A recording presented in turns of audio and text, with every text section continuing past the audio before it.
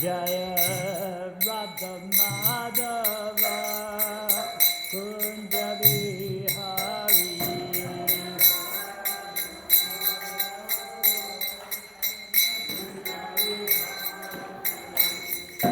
Gopi Jana Vallabha Girivata Dhari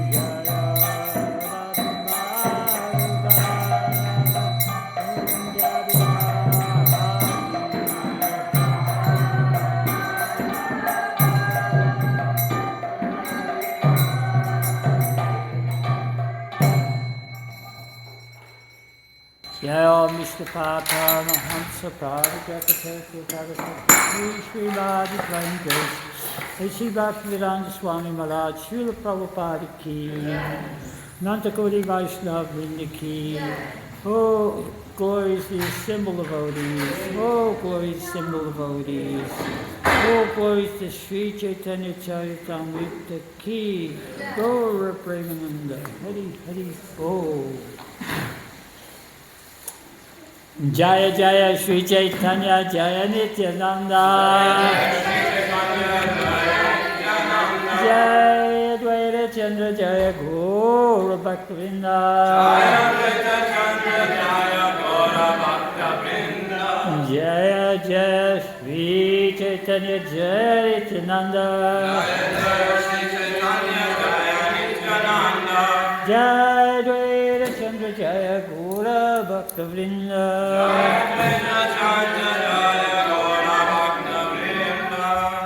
So today is the auspicious day of the Rathyatra Ceremony.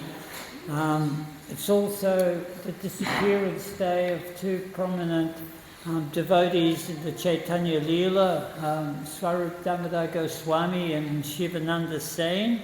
So I'll spend some time discussing their pastimes, the Caitanya Charitamrita, and we'll also talk about Rathyatra today. So we will read this sloka from the Srimad Bhagavatam for the speaker on Monday. First and foremost, the weather looks a little bit dire for our Rathyatra ceremony, which is going to be held on Sunday, but still holding on, but I don't know what the chances are. But this is the Rathyatra ceremony celebrates a certain temple in Jagannath Puri, and this is associated with the people who I'm talking about. In Jagannath Puri we have Jagannath deities, so probably if you're around the village you will see the form of Jagannath. We don't have Lord Jagannath on the altar. The big round eyes, and Balaram, he's black and Balaram's white, Subhadra's yellow, and they're the ecstatic manifestation of Krishna, his brother Balaram and Radharani. In fact, if you look at the back of the yoga hall, you will see an emblem of Lord Jagannath there. Next time you go there, have a look, you might not have seen it. So this is an ecstatic manifestation of Krishna. This temple has been here on this planet for at least 1,000 years, maybe longer. No one really knows, but I think there was some history of it about 1,000 AD. So we have Lord Chaitanya. So we have Bhagavad Gita, we have Srimad Bhagavatam, which is a more elaborate description of Krishna's pastimes. And after Srimad Bhagavatam, we have what is called the cream on the cake, called the Caitanya Charitamrita. It's the pastimes of Caitanya Mahaprabhu. So where that all fits in is that Radha and Krishna, who we have on the altar, who we worship as the Supreme Person, and we have Krishna and his brother Balaram on the other altar there, and we have Lord Chaitanya and Lord Nityananda, that's the Chaitanya Leela. So Krishna came at the end of last age, Dwapara Yuga, about 5,000 years ago, with his associates, and he lived in the sacred land Vrindavan. And with his associates, he performed such extraordinary spiritual pastimes, which was symbolic of what he was performing in the spiritual world, which were not really understandable by the common people. Okay? So that was 5,000 years ago. Fast forward it to 500 years ago, 4,500 years later, Lord Chaitanya came, Caitanya Mahaprabhu.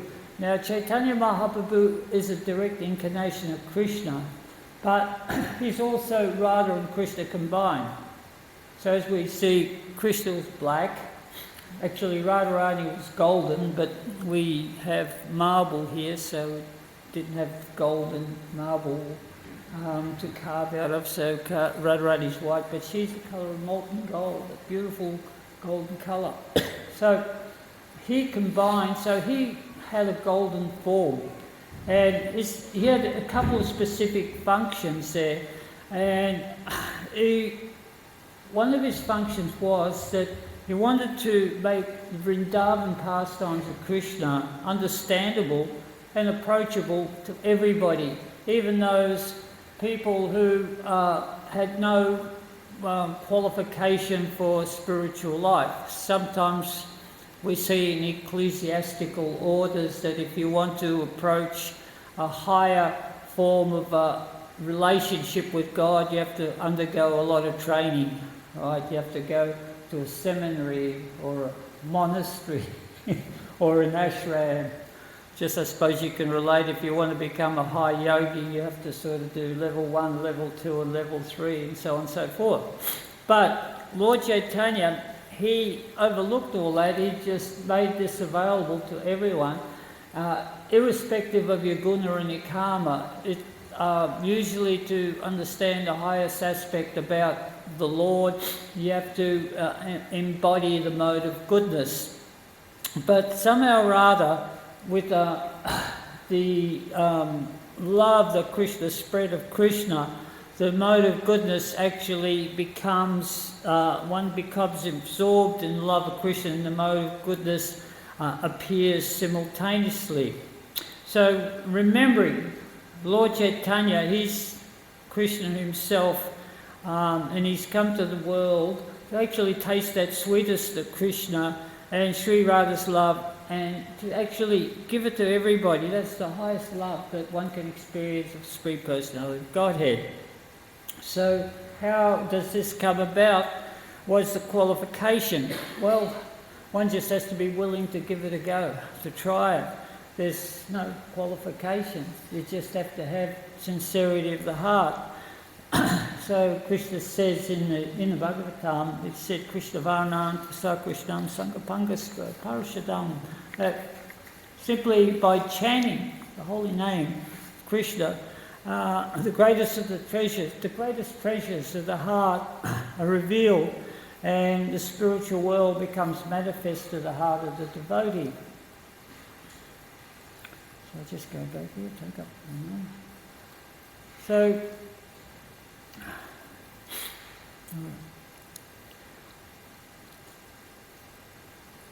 So what is that mercy? What are we talking about, that greatest treasure in the heart? Well, that is the revelation that Krishna, we understand who Krishna is. And Krishna is there in his form, but in this age, Lord Chaitanya has made it possible that we understand Krishna just by chanting his names. I mean, Srimad Bhagavatam will give you so much information as to Krishna's qualities, his different incarnations, and gradually as you read through it, you actually understand more about the person himself, Krishna, and his transcendental loveliness and beauty and his eternality. He explains that many births I have undergone in this material world in my different forms. I can remember them because I am spiritual, but you in the material form can't remember these. So Caitanya Mahaprabhu, he actually gives us Krishna in the form of the holy names. So this is why we are going around embodying Chaitanya's instructions, and we've started the Sankirtan movement, where we try to give the holy names to everybody, and anybody can hear. Anyone, everyone. So anybody who's been here for a period of time will experience a kirtan. And sometimes I look around in the kirtans and I see the happy looks on people's faces. So I wonder how they get this happy look. We're just sitting here chanting and everybody's smiling, right? Well, that's some spiritual connection. You're making that connection with Krishna there.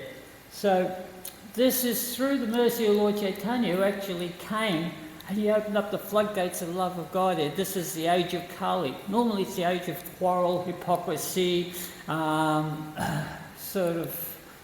quarrel and hypocrisy. What more needs to be said?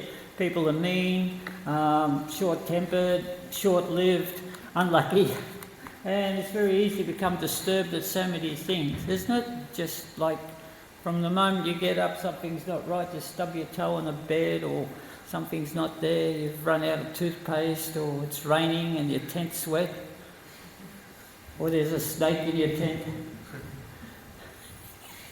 That happens. So all of this, so it's the material, it's Kali Yuga.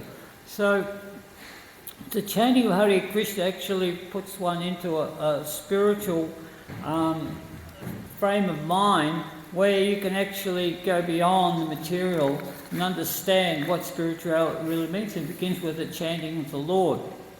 So Lord Chaitanya, he, for most of his life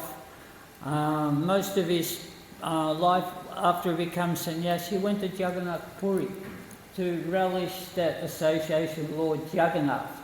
So we've got the parade tomorrow, and Lord Chaitanya was active in all these parades of Lord Jagannath, Rathyatra.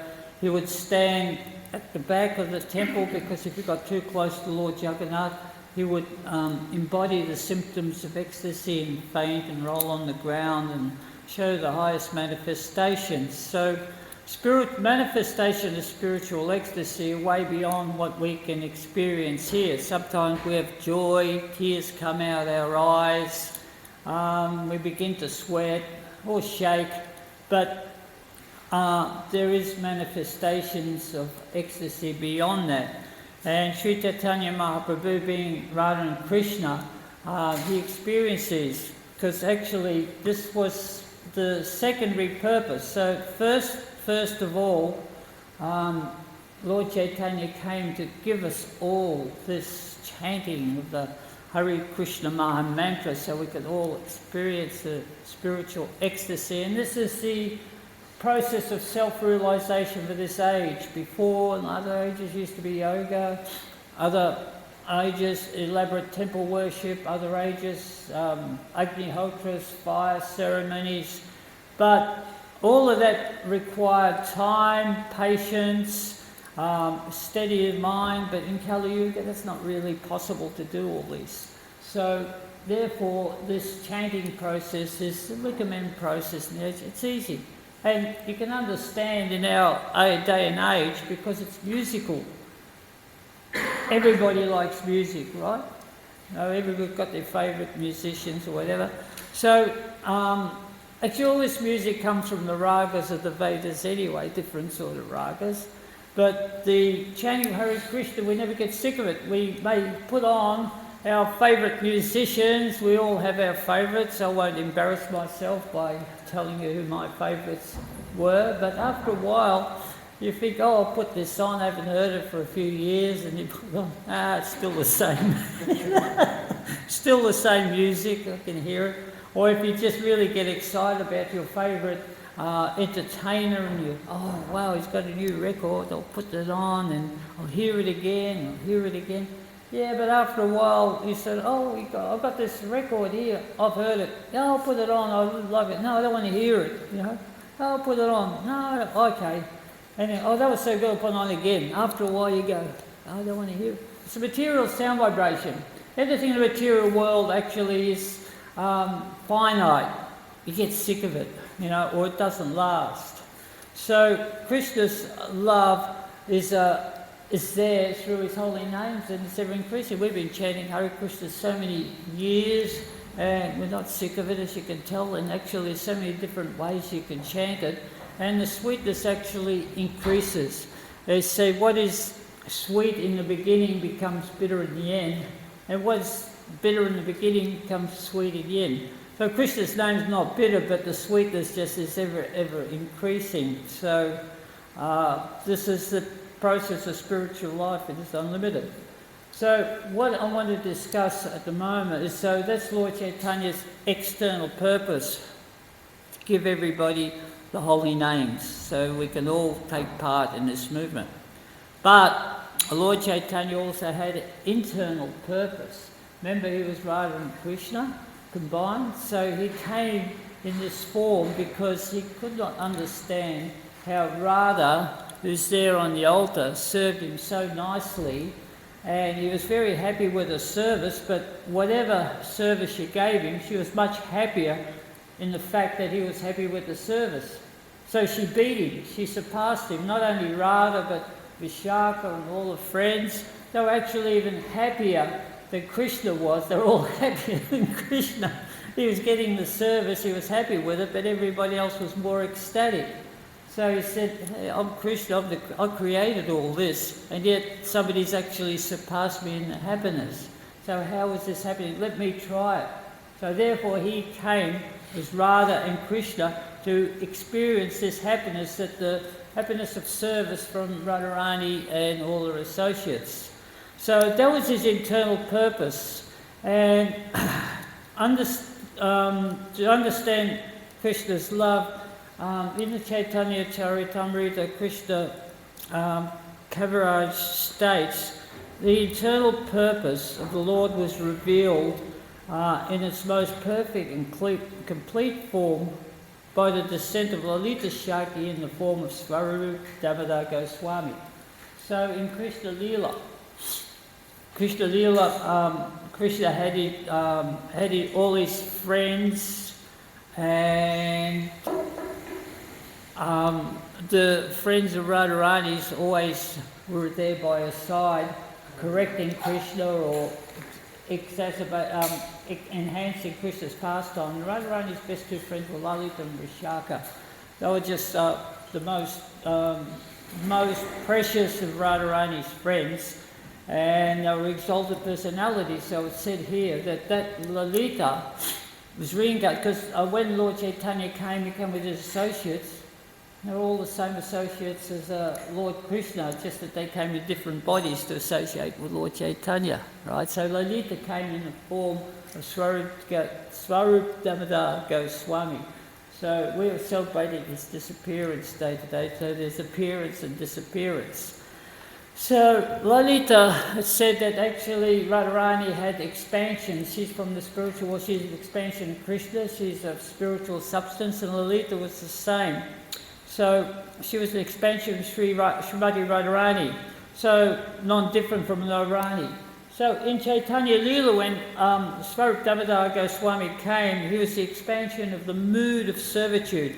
Because if you want to get to Krishna, you approach a spiritual master, and who approaches his spiritual master, and so on, goes back, it will go back to Radharani, right? She's in charge of everything.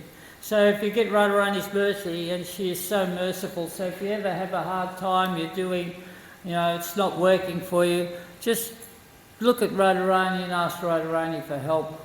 And before you know it, actually, even the next day, if your problem's solved or whatever, you'll even forget that you asked Radharani. But Radharani is very, very merciful. So this ecstatic love of Radha was felt by Lord Chaitanya.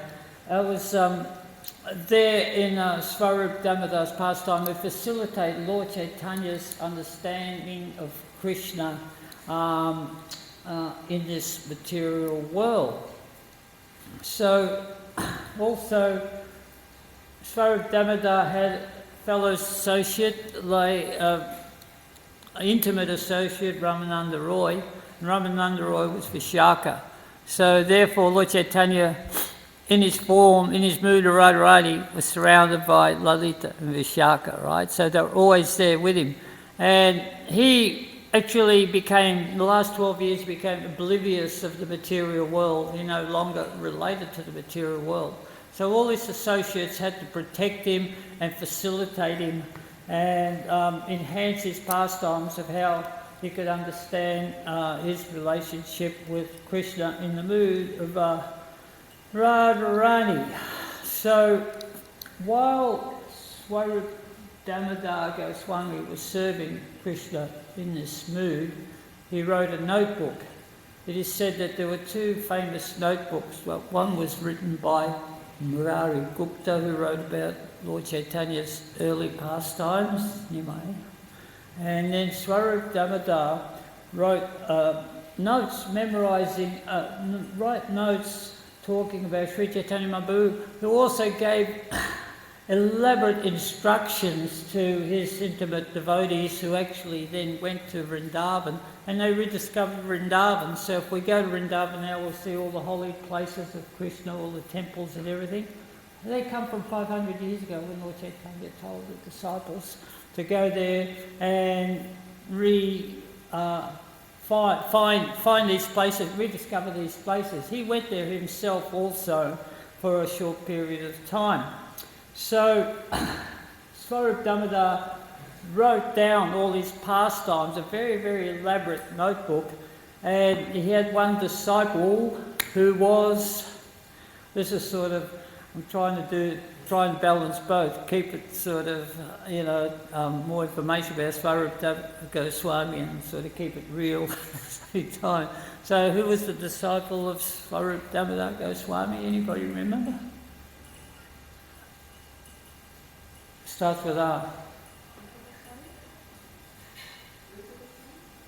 Nope. Nope.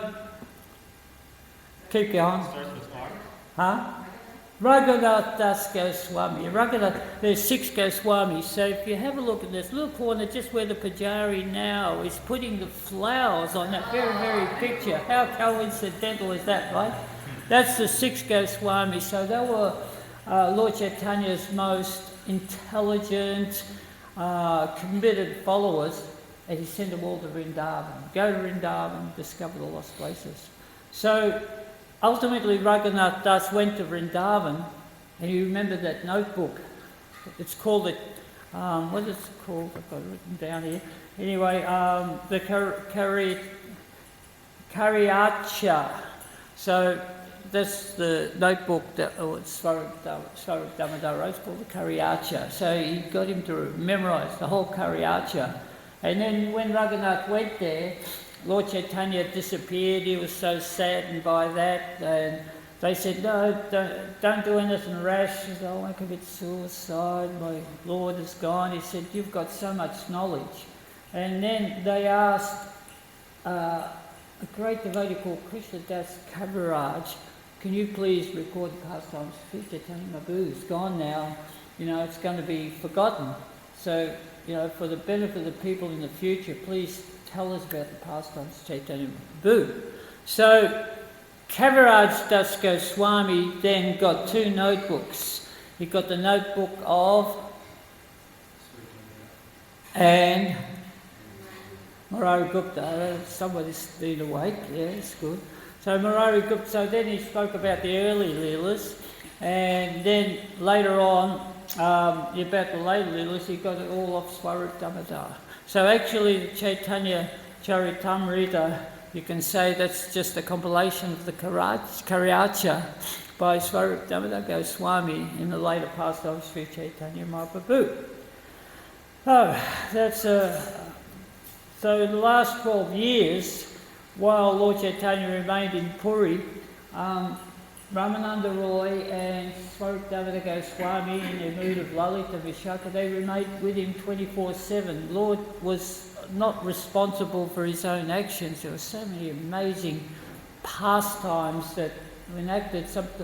We can go to Jagannath Puri. This is one of our places of pilgrimage now, and they have that Rathyatra festival still in Jagannath Puri.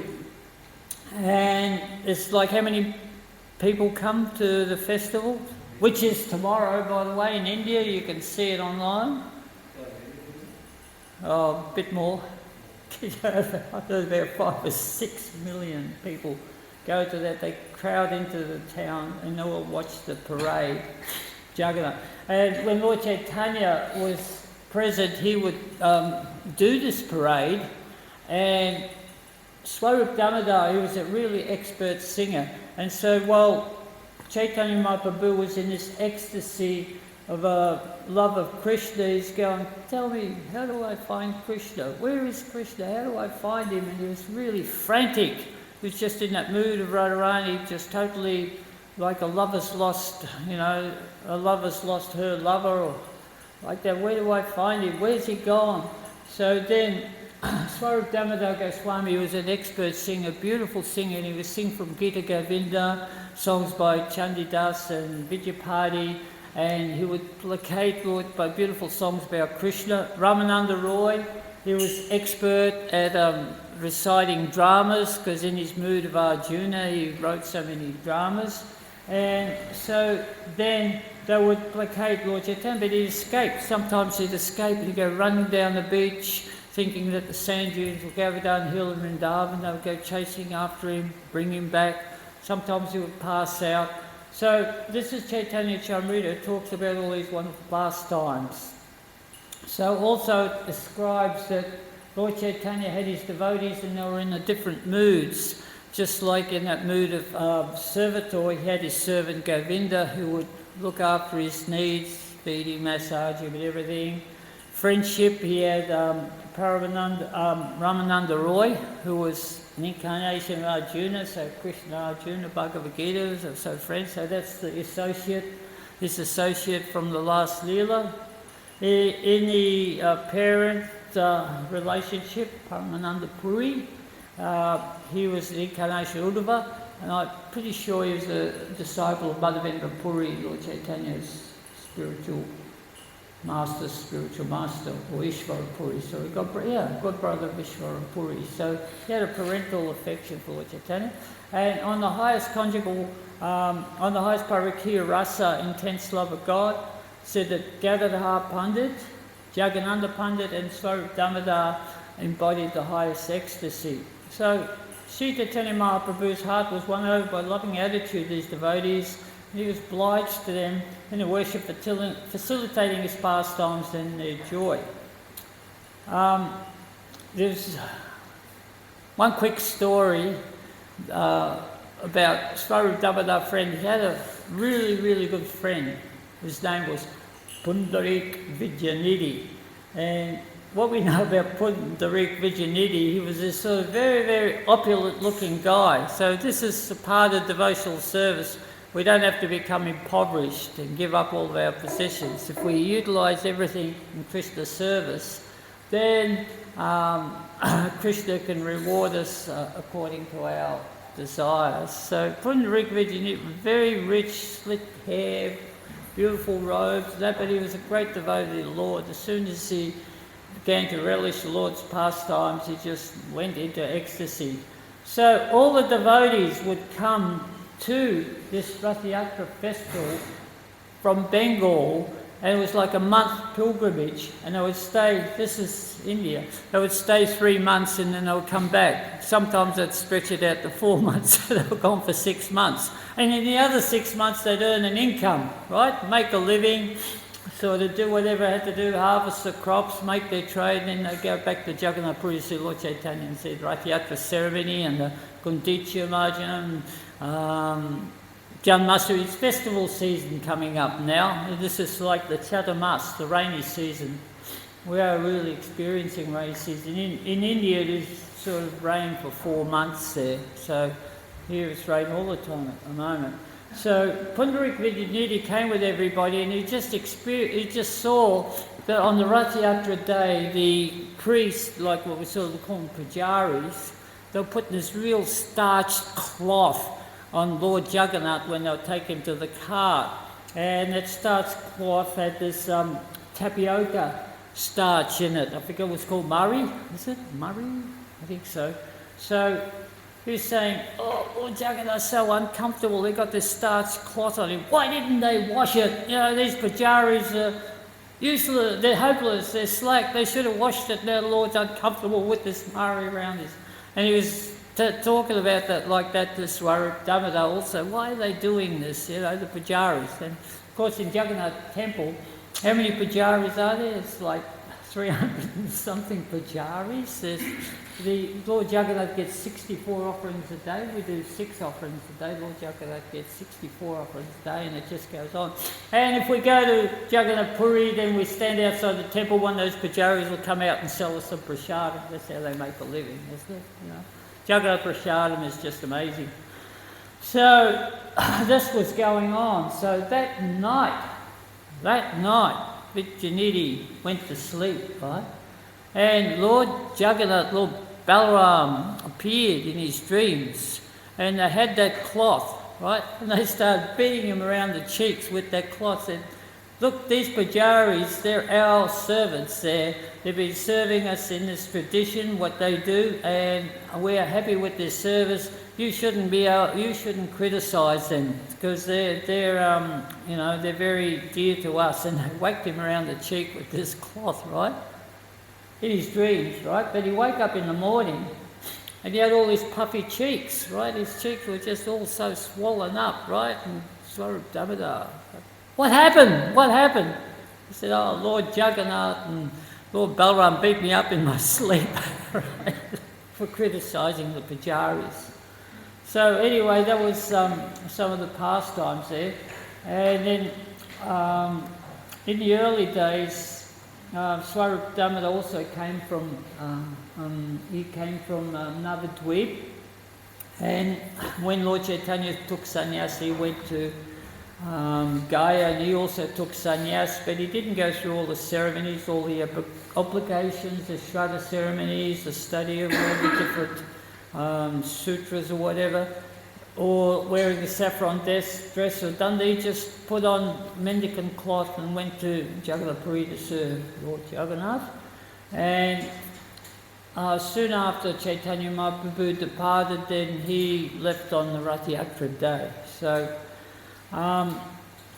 as I said, he was a great singer and he danced at Rathyatra. And the other person, the other devotee we have here is Shivananda Sain. So Shivananda Sain was also from Navadvip, the place where Sri Caitanya Mahaprabhu was born. We call it Mayapur now. 50 years ago it was just a rice paddy. Prabhupada took some Western disciples there, a handful of Western disciples there, said this is where Lord Chaitanya was born. There's a few temples from his spiritual master. And he said, I want to develop something here. Please buy this block of land, 22 acres, off a farmer, right? And he left a couple of devotees there, Tamal Krishna and Garba Muni. And he said, make the deal, right? And so they were there, they were gone for about 3 days, and Prabhupada was in Calcutta, and he was waiting for these guys to come back. It's like on the 3rd day they come back about 10 o'clock at night, he was still awake, and they come in, and he said, and so? And so? He said, we got the land, Prabhupada. And that was it, that was the start of Mayapur Dham. Now 50 years later, if you go there, you will just see there's like, how many devotees there stayed? 3,000? Maybe 5,000 devotees there. So many different little sort of enclaves, Gupta Vrindavan, you know, and people from Russia, America, South America, from all around the world living there. And Bengali devotees are there. We're building a huge temple there. And it's going to be the sort of centre of learning. It's going to be the hub of the universe in the next Kali Yuga. And it's just come from a rice paddy. It was started by Prabhupada, and we're part of that action. It's just amazing. So it's recommended that we go to Mayapur as often as we can and take advantage of the fact that Lord Chaitanya was born there. It's a place of pilgrimage. It's just like some people, you know, different religions, Mecca, Jerusalem, all that. You know, this is even more auspicious where Lord Chaitanya was born. So we go to Mayapur, we go to Vrindavan. So Shivananda said he was from this place here where Lord Chaitanya was, and then he would take all the devotees, because Lord Chaitanya left, they were so attached to Lord Chaitanya, he would take them from Navadvip to Jagannath Puri. It was a month's trip. And when you're organising devotees, wow, it's a mission, right? You had 200 or 300 devotees, and you had to look after them for a month. You fed them, you had to pay all the tax collectors and whatever as they went through different borders, and you'd have to shelter them at night, and finally they make their way to Jagannath Puri.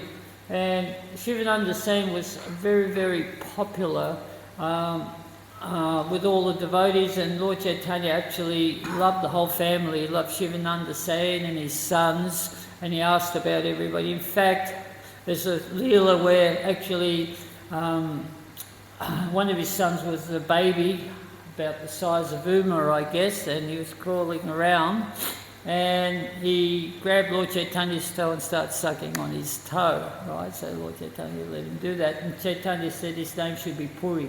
So he was called Puri. So this was Shivananda saying, so he'd spend all his resources looking after the devotees and stay with them for 4 months in a year. There was one famous story where there was a dog started to accompany the team. You know, in India, dogs aren't that sort of well respected as they are in the West, you know. In fact, most dogs are stray dogs in India. They don't keep pets. So this dog just tagged along, and he was tagging along, and every time they came somewhere, the dog would be there, so Shivananda started to feed the dog. And the dog went the whole way, you know, they'd have to cross the river on the boat, he'd put the dog on the boat and pay his fare. So the dog came very, very close to Jagannath Puri, and then Shivananda Sen had to do some arranging for the party, and he'd come back sometime later and he said, where's the dog? And the dog had gone, right? Because they forgot to feed the dog, right? The devotees forgot to feed the dog. He was very, very upset, right? The dog had disappeared. So a short while later they got to Jagannath Puri, and there's Sri Caitanya Mahaprabhu eating coconut, and he's got some pulp, and there's the dog, and Caitanya Mahaprabhu's going to the dog, chant Hare Krishna, and the dog going, Hare Krishna, and he's throwing some pulp, and he chewed the pulp. Right? So we've got Mahaprasad, Hare Krishna, Hare Krishna. Right? So the dog found Caitanya Mahaprabhu, special dog.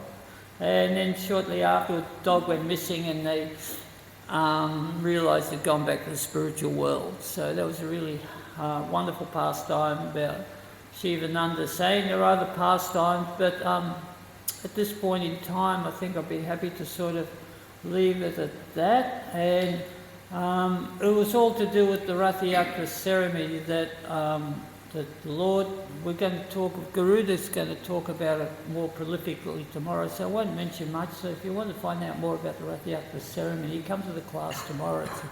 It'll be a pretty awesome class. So, has anybody got any questions or comments? Yes, Rupa.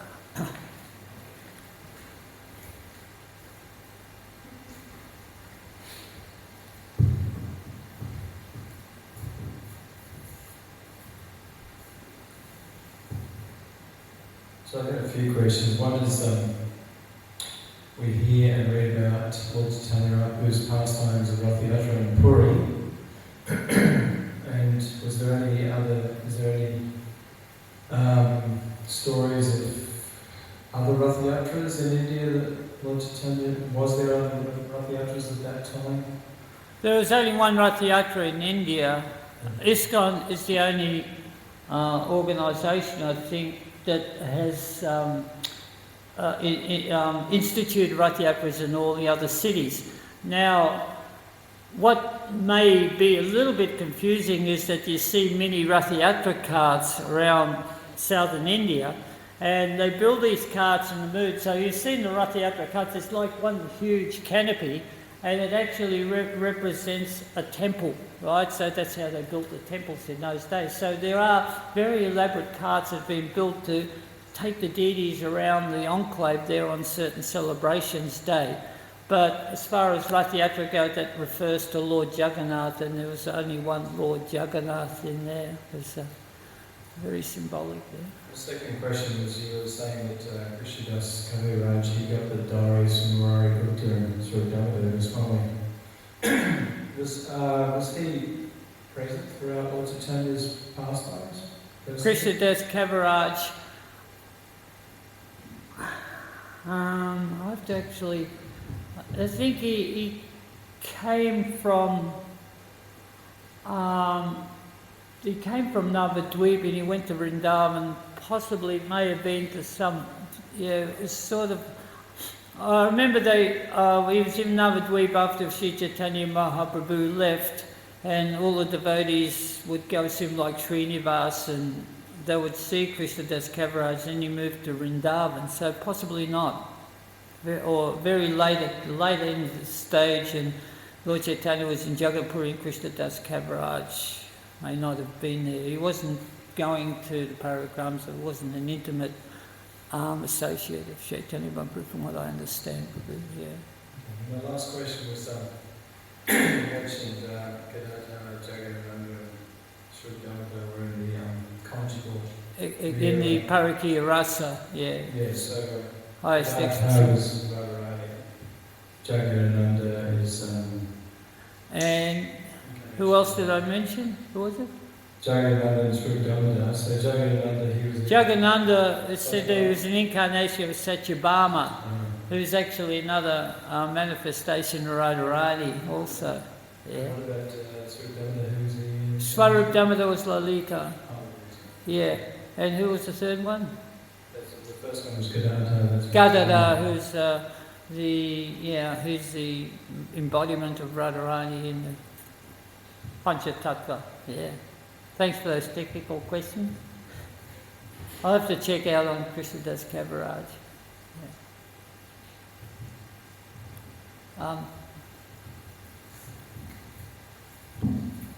Hare Krishna, you mentioned about praying to Radharani. I just want to get some clarification. I was been taught that not to pray to Radha and Krishna because they're busy in a love affair. But maybe you thought that you could pray to Radharani to engage in service. So can you just elaborate? Well, Radharani is that's the way to do it. So like if you have some distress that's interrupting your service or your flow, then you pray to Radharani. You might be bothering her, but at the same time, she's very, very merciful. Sometimes she looks over the devotees. A lot of people have experienced Radharani's mercy. So, you know, you have different people pray to, like pray to the deities. That's, you know, what we do here.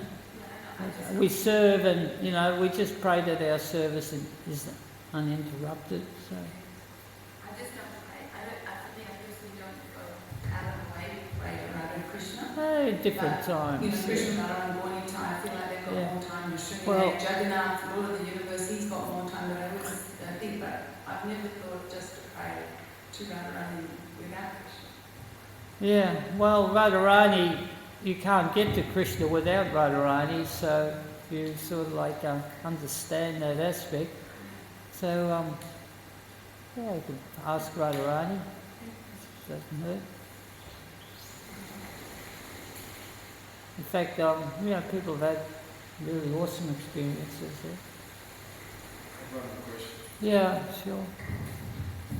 So you mentioned Murari Gupta, so he was an incarnation of Hanuman, right? Yeah.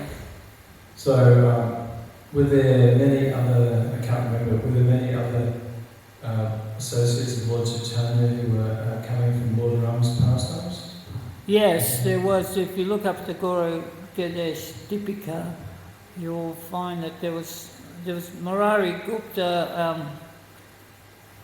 There was and also with that Leela where Lord Chaitanya went to the temple and found that found from the Ramayana that Sita was not kidnapped, literally kidnapped by Ravana, but a false form, a Maya form of Sita was kidnapped, and when there was that fire test and Sita came out in the purity, that was the real Sita.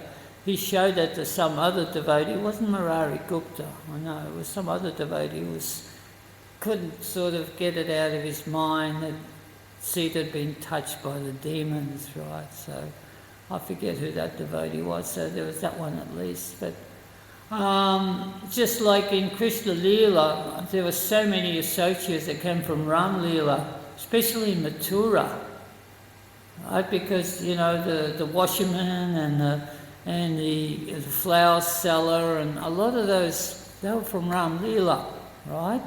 And that guy that wouldn't give the cloth to Krishna, he was that person who criticised Ram, saying, why is he getting out with Sita? She was kidnapped by this guy, now she's contaminated. He was the same guy. He was the same guy, right?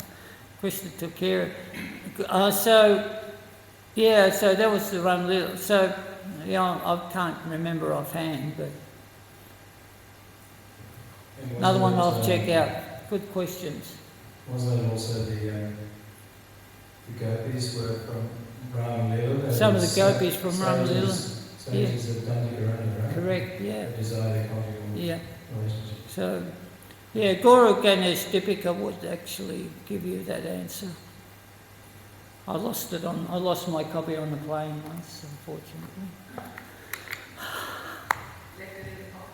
Left it in the pocket. Yeah, and then I asked, as soon as I got off the plane, it was Air Asia. They got broke. I said, can I have my book? And they said, yeah, we'll get it for you. And I waited for half an hour and they didn't get it. Heartfelt separation from my Guru Ganesh Dipika. Jai all glories to Srila Prabhupada.